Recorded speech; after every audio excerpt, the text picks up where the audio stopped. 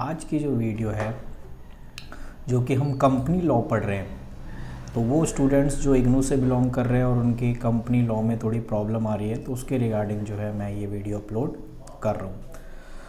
और सबसे इम्पॉर्टेंट चीज़, अगर आप बिज़नेस लॉ भी पढ़ रहे हैं तो बिज़नेस लॉ के लिए मैंने ऑलरेडी वीडियो बना रखी है।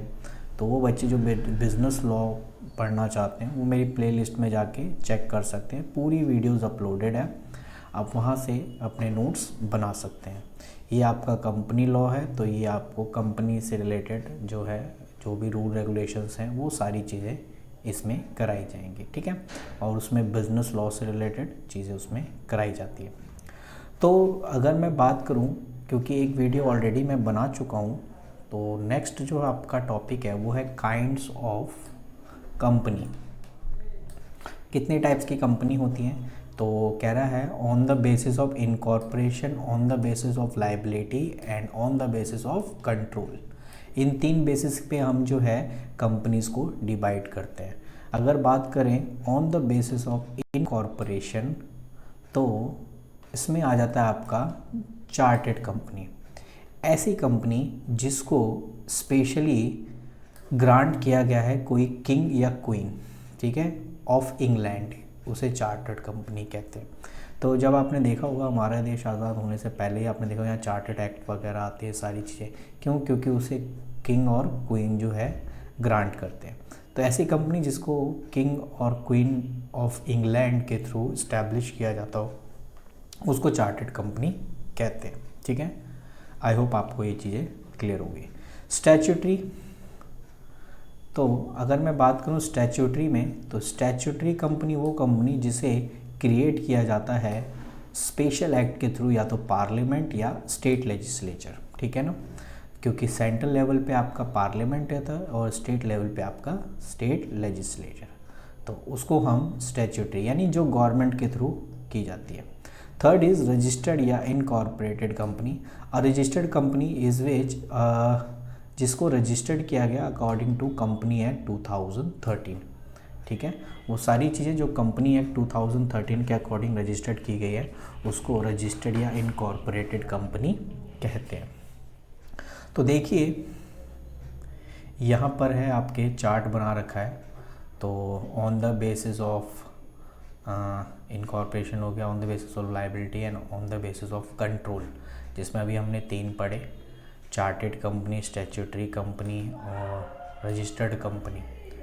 और जब हम बात करते हैं रजिस्टर्ड कंपनी, तो उसमें आपका एक आ गया पब्लिक कंपनी है, ठीक है। और इसके अंदर फिर अदर रजिस्टर्ड कंपनी में producer company, 1 person company, small company, इन सब के बारे में भी हम पढ़ेंगे 1 बाय 1।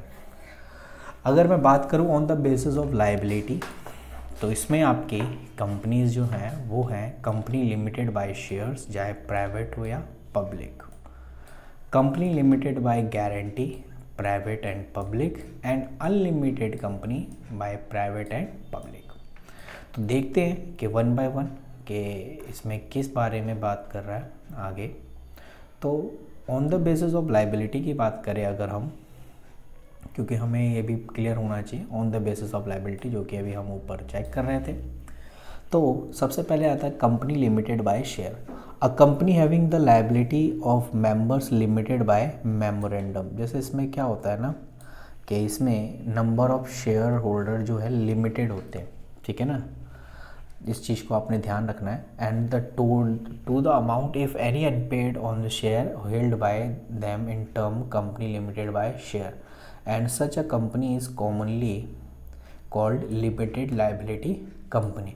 यानी हर एक शेयर होल्डर्स की जो लाइबिलिटीज़ होती है वो क्या हो जाती है, लिमिटेड हो जाती है। ये नहीं कि कोई हम दूसरों की पेमेंट हम करेंगे। पहले क्या होता था कि हमें जेब से पैसे भर जाने पड़ते थे, ठीक है ना, ऐसा भी होता था, हमें जेब से पैसे भरने होते थे, क्योंकि अनलिमिटेड लाइबिलिटी है। अगर आप को याद हो तो अब अगर हम इंडियन पार्टनरशिप एक्ट 1932 पढ़ते हैं तो उसमें जो लाइबिलिटी है वो अनलिमिटेड लाइबिलिटी है। तो इस चीज़ को ध्यान में रखना है कि अनलिमिटेड लाइबिलिटीज़ में आपको पूरे लॉसेस को कवर करना पड़ता है, चाहे आप अपने घर का प्रॉपर्टी वगैरह क्यों ना बेचते। तो उस चीज़ को ध्यान में रखते हुए जो है आपका कंपनी लिमिटेड बाय शेयर, जिसमें हर एक मेंबर्स की जो लाइबिलिटीज़ है वो क्या हो जाती है, लिमिटेड हो जाती है, इसलिए इसको लिमिटेड बाय शेयर्स कहते हैं।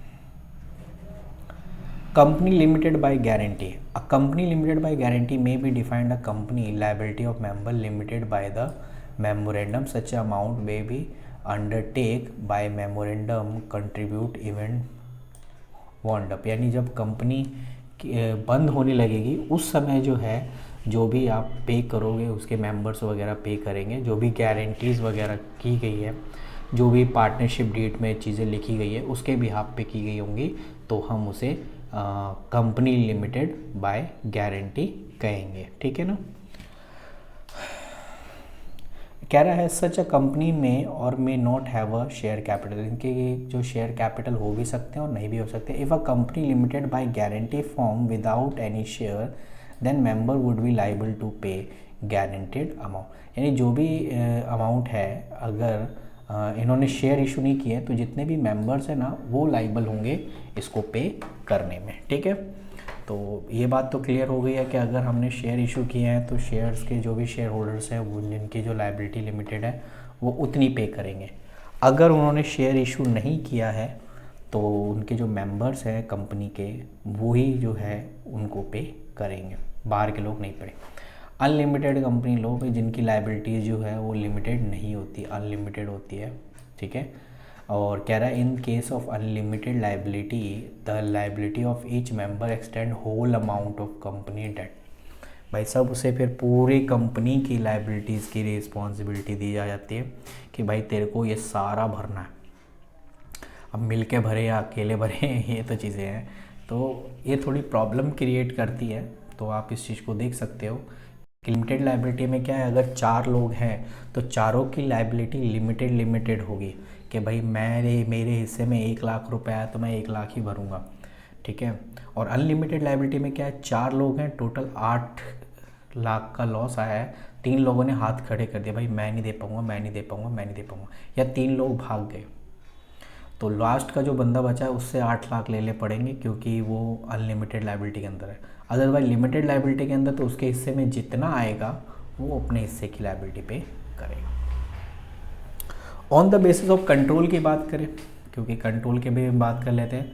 On the basis of control, तो इसमें आपका होल्डिंग एंड सब्सिडरी कंपनीज़ के बारे में हम पढ़ते हैं कि होल्डिंग एंड सब्सिडरी कंपनी क्या होती है। यहाँ लिखा है होल्डिंग एंड सब्सिडरी कंपनी। अगर मैं इसके बारे में अगर आपको बताऊँ तो आप ऐसा समझ सकते हैं कि एक ये कंपनी हो गई और एक ये कंपनी हो गई। ये कंपनी लॉस में चल रही थी, ठीक है, तो ये कंपनी लॉस में चल रही थी तो इस कंपनी ने इसे टेक ओवर कर लिया। ठीक है, तो इस कंपनी ने जब इसको टेक ओवर किया तो इसमें जितनी भी एसेट लाइबिलिटी है उन सभी को एक प्रॉपर तरीके से जो राइट्स है वो दूसरी कंपनी के पास आ जाएंगे और वही कंपनी जो है डिसीजन लेगी कि कैसे काम करना है। ठीक है, थोड़ा यार माउस की दिक्कत है तो इसे चेक कर रहा हूँ। तो जैसे कि इस कंपनी के अकॉर्डिंग अगर इसमें आपका जैसे कि होल्डिंग एंड सब्सिडी में कि इस कंपनी ने इस कंपनी के जितनी भी शेयर्स वगैरह है सबको होल्ड कर लिया, मतलब मान के चलो कि इस कंपनी को इस कंपनी ने ख़रीद लिया, तो इसने होल्ड कर दिया, तो भाई साहब ये होल्डिंग कंपनी होगा और ये सब्सिडी कंपनी होगी। ठीक है, तो ये चीज़ इसमें लिखी हुई है, एक बार आप इसे पढ़ सकते हैं, आराम से आप इसे पढ़िए। गवर्नमेंट कंपनी के बारे में आप तो जानते हैं, ऐसी कंपनी जिसके कम से कम 51% शेयर जो है गवर्नमेंट के पास होते हैं। ठीक है, तो कह रहा है section 245 of company act 2013 defined government company to mean any company which not less than 51% of paid up share capital is held by central government, state government या partly central government and partly state government। तो जिसके कुछ example हैं जैसे engineering India limited, दूसरा भेल हो गया, हिंदुस्तान एरोटिक लिमिटेड, तो इस ये सारी जो है गवर्नमेंट कंपनीज़ के एग्जाम्पल है। फॉरेन कंपनी, भाई पूरा का पूरा जो कंपनी चलाना का आउटसाइड इंडिया, बाहर की कंपनी इंडिया में आई है, ऑब्वियसली वो फॉरेन कंपनी होगी क्योंकि वो कंट्रोल इंडिया से थोड़ी हो रही है, वो आउट ऑफ इंडिया से कंट्रोल हो रही है, तो इसीलिए वो आपकी फॉरेन कंपनी कहलाएगी। तो अगला जो पॉइंट था अदर काइंड ऑफ या रजिस्टर्ड कंपनी, जिसमें आपका प्रोड्यूसर कंपनी आ जाता है, 1% कंपनी आ जाता है और आपका स्मॉल कंपनी आ जाता है। तो 1 बाय 1 इसको भी हम एक बार देख लेते हैं, ठीक है। तो कह रहा है प्रोड्यूसर कंपनी का मतलब है ऐसी कंपनी जो इंगेज है या कनेक्ट है किससे, प्राइमरी प्रोड्यूस। आपने पता है ना हमारे पास सेक्टर होते हैं primary, secondary and territory sector. तो प्राइमरी सेक्टर से रिलेटेड जो भी प्रोड्यूस होता है, जैसे फार्मर्स इसी में आ जाते हैं, ठीक है, अराइजिंग फ्रॉम एग्रीकल्चर, ठीक है ना, जिसमें आपका एनिमल हस्बेंड्री आ जाता है, बी फार्मिंग आ जाता है, या from any other primary activity which promote the interest of a farmers और कंज्यूमर्स, या produce of person engage in handloom या हैंडीक्राफ्ट की चीज़ें या कॉटेज इंडस्ट्रीज। ये सारे क्या है, प्राइमरी प्रोड्यूसर, और इन्हीं को हम क्या कहते हैं, प्रोड्यूसर कंपनी कहते हैं। दूसरा, इसमें मिनिमम और मैक्सिमम नंबर की बात कर लें, कितने मेंबर होते हैं, तो भाई एनी 10 और मोर प्रोड्यूसर, एंड इसमें कह रहा है हु आर इंडिविजुअल और any 2 more produce institution combination of 10 और मोर इंडिविजुअल। सीधी बात है 10 लोग होते हैं, ज़्यादा से ज़्यादा नहीं। शेयर कैपिटल की बात करें तो शेयर कैपिटल में सिर्फ इसमें इक्विटी शेयर्स ही होते हैं। ट्रांसफरेबिलिटी है, शेयर्स को हम ट्रांसफ़र कर सकते हैं except to active member of previous approval of the board. सबसे पहले आपको बोर्ड से अप्रूवल लेना पड़ेगा। लिमिटेड ऑफ मेंबर्स, इसके मेंबर्स लिमिटेड होते हैं। वोटिंग राइट होता है भाई, कोई भी अगर आप डिसीजन लेना हो तो वोटिंग राइट होगा, ठीक है ना, उस बिहाफ पे हम यहाँ पे। और प्रमोटर्स रेमुनरेशन, जो भी प्रमोट करता है इन कंपनीज़ को तो उसके रिगार्डिंग उनको जो सैलरीज वगैरह दी जाती है, वो सारी की सारी जो चीज़ें यहाँ पे लीगल तरीके से काम की जाती है। तो ये कुछ पॉइंट्स थे जो चैप्टर 1 से थे, जो कि इम्पॉर्टेंट्स थे। तो इसी के साथ आपका चैप्टर 1 फिनिश हो चुका है। जो भी चीज़ें मुझे इसमें बतानी थी, जो मुझे लग रहा था कि भाई बता देनी चाहिए एग्ज़ाम के पॉइंट ऑफ व्यू से, तो भाई यही आपके चैप्टर्स में है। नेक्स्ट आगे के चैप्टर में हम पढ़ेंगे मेमोरेंडम ऑफ एसोसिएशन। एक बार चेक कर लेते हैं, कोई बात नहीं, क्या दिक्कत हो गई। और जैसे कि मैंने आपको कहा, अगर आप बिजनेस लॉ की भी तैयारी कर रहे हैं तो बिजनेस लॉ से रिलेटेड मैंने प्लेलिस्ट में वीडियो बना रखी है, आप वहाँ पे जाके चेक कर सकते हैं।